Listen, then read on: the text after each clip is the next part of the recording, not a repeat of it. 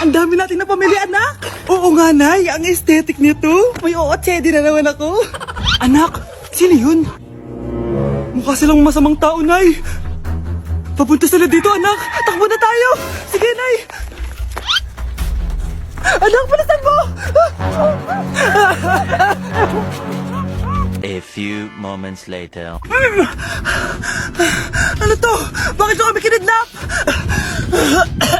Anong gagawin niya sa amin? Mukhang mamahalin yung dala yung gamit dyan ah. Marami kayong pera no? Bobo ka ba? Okay lang to. Nilagay lang namin sa paper bag para magbuka kami sosyal. Wow, mukhang nakadalawa tayo ngayon boss ah. Oh, bakit anak? Eh, boyfriend ko to, Nay eh. Walang hiya ka? Bakit mo kami kinidnap? Aba, ayos yung boyfriend mo ah. Hindi ko naman alam na kinuha nila kayo. Ito ba trabaho mo? Nangingidnap? Part-time lang to. Ang mahal kasi na pinapabili mo eh. iPhone 13 Pro Max. Kala mo ganda mo. Ano pa hinihintay mo? Nakawan na natin sila. Malahimik ka dyan. Girlfriend ko yan, no? Bakit ko sila nanakawan? Isusumbong kita sa nanay mo. Teka lang. Hello, tita?